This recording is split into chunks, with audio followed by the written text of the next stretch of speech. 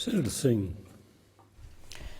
I rise tonight to add my voice to many other Australians who care deeply about the Israel-Palestinian conflict and to share my recent experiences of life in Palestine and Israel.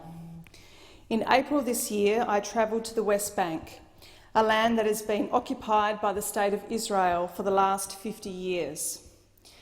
I was on a cross-party delegation that enabled direct communication with a variety of NGOs, members of the Palestinian Legislative Council, business and government ministers. I also had the opportunity to visit Tel Aviv and Beersheba in Israel, the latter on Anzac Day, to remember the charge of the 4th Light Horse Brigade in 1917. And while in Jerusalem, I talked to the Knesset Parliamentarian and representatives of Israeli human rights groups, including B'Tselem. Our delegation experienced the hard realities of life within the Palestinian-occupied territories.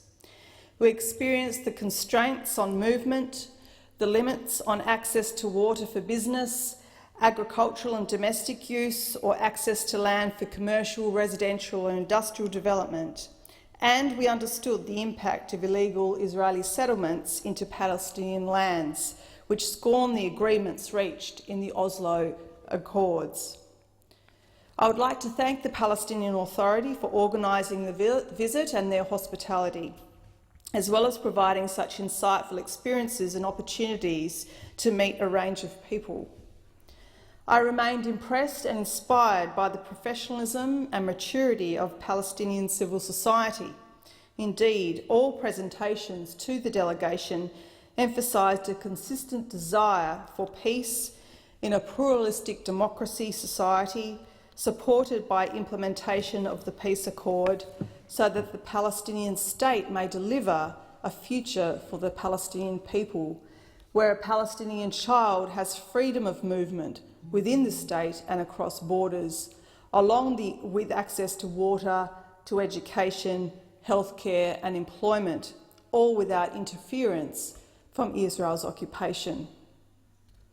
I acknowledge at the outset the historical significance of visiting this year, the year of the 100th anniversary of the Balfour Declaration and the 50th anniversary of the ongoing tragedy of Israel's occupation of Gaza, the West Bank and East Jerusalem. And that is why it is important for this Parliament to reflect on how this conflict's legacy continues in the life of Palestine and Israel today. I thought I knew enough about the military occupation, having listened for years to scholars, Palestinians, Israelis and politicians. But going to the West Bank made me realise that you really have to visit this part of the world to truly understand what is going on.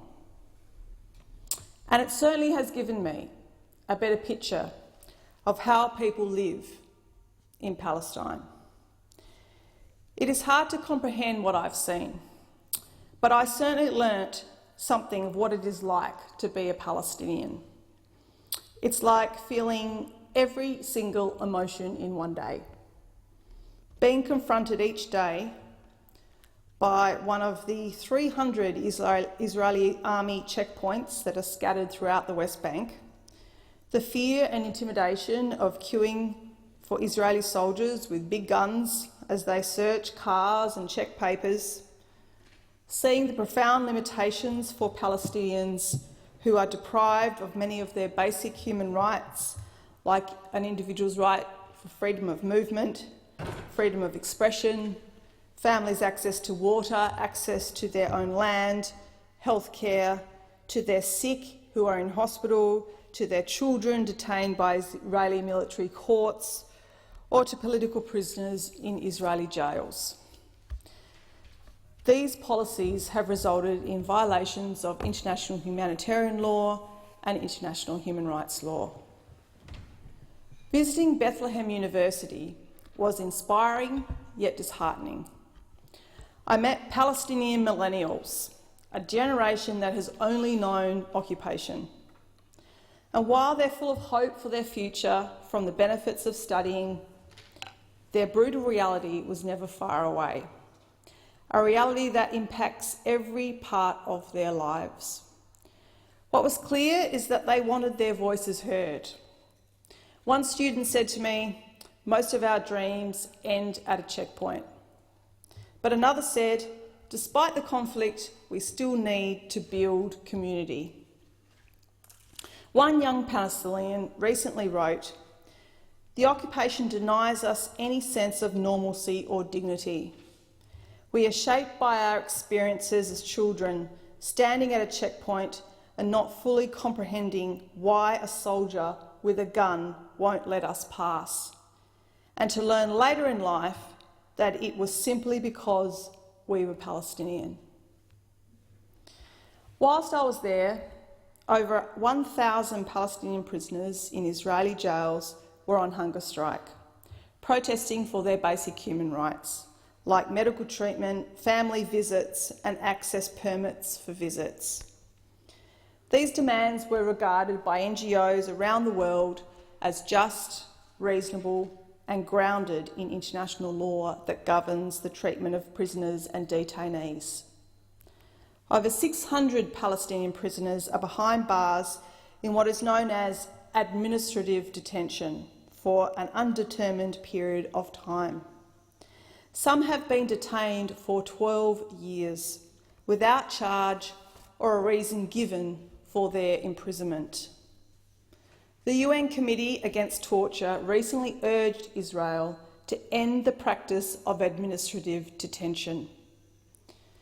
When I met with Dr. Raed Malki, the Palestinian Foreign Minister, he said this should be a concern to people and governments around the world. Whilst I was there, the West Bank had a National Day of Strike in solidarity for the Palestinian prisoners. Every business, every university, every Palestinian participated. It was indeed a day of solidarity. Stalls were set up for family members to gather and show photos of their father or son in prison, many as political prisoners. Yet the cries of prisoners and their families fell on deaf ears, dismissed by the Israeli government until a recent deal was brokered by the International Committee of the Red Cross, the ICRC. But in the face of all of this, I witnessed the incredible resilience of the Palestinian people. This amazing human spirit, grounded in their culture and their nationality. I saw it when I had a chance to visit the artist Banksky's hotel in Bethlehem, opened a few months ago and built right next to the separation wall, regarded as the hotel with the worst view in the world. Banksky's walled-off hotel, as it's named, most interesting element was its small museum illustrating and explaining the Israeli-Palestinian conflict. If every tourist who came to Bethlehem and visited Bethlehem's holy sites went through that museum, they would be much better informed of the conflict. In fact, a future opportunity for jobs for young Palestinians is in tourism, where tour groups could stay overnight in the West Bank and visit the holy sites, rather than be bussed in and out of Tel Aviv. Yet while I was there were concerns that the Israeli government was issuing limits on tourists staying overnight in the Palestinian areas. And if this is the case, it would affect Christian groups who want to spend the night, as well as limit the employment opportunities that tourism would bring to those young Palestinians. I hope that that limitation does not occur. The human spirit was on display when we visited souks in Nablus, where people were carrying on their daily lives. It was on display when students in Bethlehem shared with me their stories of hope for their future. However, if at times that human spirit faltered, it was when conversations turned to settlements. There are nearly 800,000 illegal Israeli settlers in the West Bank and East Jerusalem. The ongoing constructions of illegal settlements and the huge wall right across the West Bank was never out of sight and always in our minds.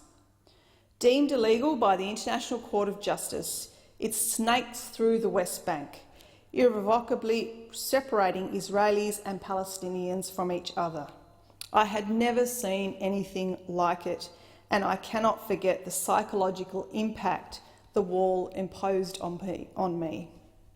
I felt the despair, fear and hopelessness, the way that deliberate policies of occupation and separation have isolated Palestinian communities.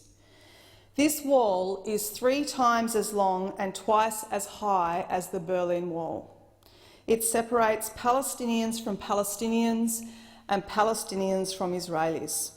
It hides Israeli bypass roads that come with up to 6-month jail sentences for any Palestinians caught walking or driving on them. And it annexes the aquifers and most fertile land from Palestinian villages to provide for Israeli settlers. The separation wall is not built on the pre-1967 Green Line, it's built on Palestinian land, a forcible displacement confiscating Palestinian property, be it water, land or both.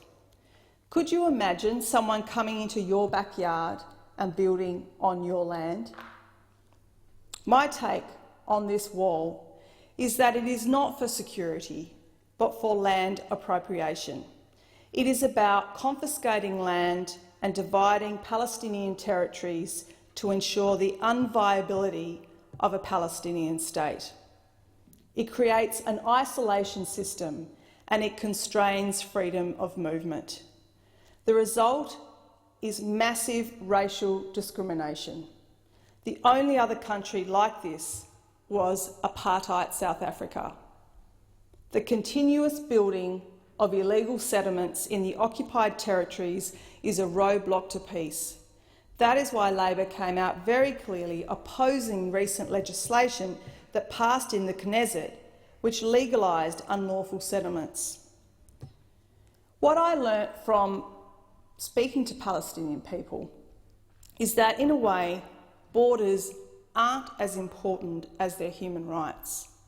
It's their lives, like anyone's, that are important. For example, the Bedouins, that are part of the diversity of the Palestinian population, suffer demolition and displacement of their homes to make way for Israeli military bases or more illegal settlements. They are then forcibly transferred from their land. In fact, I learnt that last year alone, Israelis demolished 1,114 houses, even houses funded by the European Union, to allow more illegal settlements to be built. Having experienced the reality on the ground, I feel like the possibility of a 2-state solution exists in words only. With the separation wall, segregations, illegal Israeli settlements and ongoing decades of illegal Israeli occupation, I feel that a 2-state solution will be difficult to realise. The failure of a 2-state solution would not just be bad for Palestine, it would be bad for Israel. As Gareth Evans has noted, without a Palestinian state, Israel has a majority Arab population living under unequal laws and denied a right to vote. However, everything I've learnt makes it clear that everything gets back to a political solution. In the absence of that, the development of Palestine is going to be a Gordian knot. Having met our DFAT representatives in Ramallah, I was encouraged to learn of Australia's practical support of the Palestinian water, sanitation and agricultural sectors through our aid program. But I was disappointed that our support was deeply affected by the 40% bilateral cut to the programs in the last budget. No doubt our DFAT representatives have a challenging job ahead, but I do want to give my thanks and appreciation to the work that they do with such limited funds in our aid program. I think many people in the West, including in Australia, are confused about the origins of this conflict. Where and when does this political and economic paralysis end? I feel it really boils down to a conflict that began with a group of immigrants attempting to displace a local people. On the 50th anniversary of Israel's occupation a week ago, Robert Piper, the UN Coordinator of Humanitarian Aid and Development Activities, described the occupation as the most long-standing protection crisis in the UN's history. Civil rights leader Desmond Tutu has described Israel's treatment of the Palestinians as equivalent to the apartheid regime that discriminated against blacks in South Africa. It was a step forward when the UN Security Council unanimously passed a resolution on the 23rd of December last year, condemning Israel's expansionist settlement policy. But the Israeli government demonstrated its contempt for international law when only 4 weeks later it announced its intention to build another 2,500 illegal settlements across the West Bank and approved 20 permits for 566 settlements in East Jerusalem. My fear is that the longer the world allows this reality to continue, the worse it will become. The Palestinian economy will be unable to function. Palestinian communities in the Jordan Valley, the food basket of the West Bank, will barely survive. Illegal Israeli settlements will continue to encroach, while Gazans will be in worse poverty than the current subsistence level that they exist in. Israeli historian Ilan Pappé has articulated that while the reality of colonisation and oppression becomes harsher by the day, it can only be stopped when as many people as possible give power to truth. That is why, as a delegation, we support the bipartisan approach within Australian politics to support the implementation of a two-state solution, so that the Middle East peace process can be realised with a strong, independent Palestine working in peace with its neighbour Israel in economic and strategic partnership. 4.5 million Palestinians have been living under occupation for 50 years, and there is no sight when this will end. The peace process has stagnated and perhaps gone backwards in recent decades. We can't let the next decade be the same. Australia can show its commitment to peace by condemning Israel's settlements as illegal under international law. It can show its commitment to the Palestinian state by increasing aid and development assistance, including supporting Palestinian access to Area C, in which, according to the World Bank, there is potential for a $3 billion injection to the Palestinian economy being prevented by Israeli restrictions. Australia could recognise both states, both Israel and Palestine, and I commend former Prime Ministers and Foreign Ministers, Bob Hawke, Kevin Rudd, Bob Carr and Gareth Evans, who have articulated why this is important for Australia. They've asked how can we move forward in support of the two-state solution without recognising Palestinian statehood. They've suggested it's time Australia did just that, just like 137 other nations that have already done so. At the very least, we can urge the implementation of the two-state solution before the process of settlement encroachment makes any Israeli disengagement from the occupied territories an impossibility, or at least a hollow gesture. Israel's occupation of the West Bank and its policies towards Gaza must be challenged at the international level. Palestinians have lost their rights, their land and their water, but they haven't lost their hope for peace. It is my hope that peace comes to establish an independent, sovereign and democratic Palestinian state based on the internationally recognised 1967 borders, which will coexist side by side peacefully with Israel. We must never give up that aim.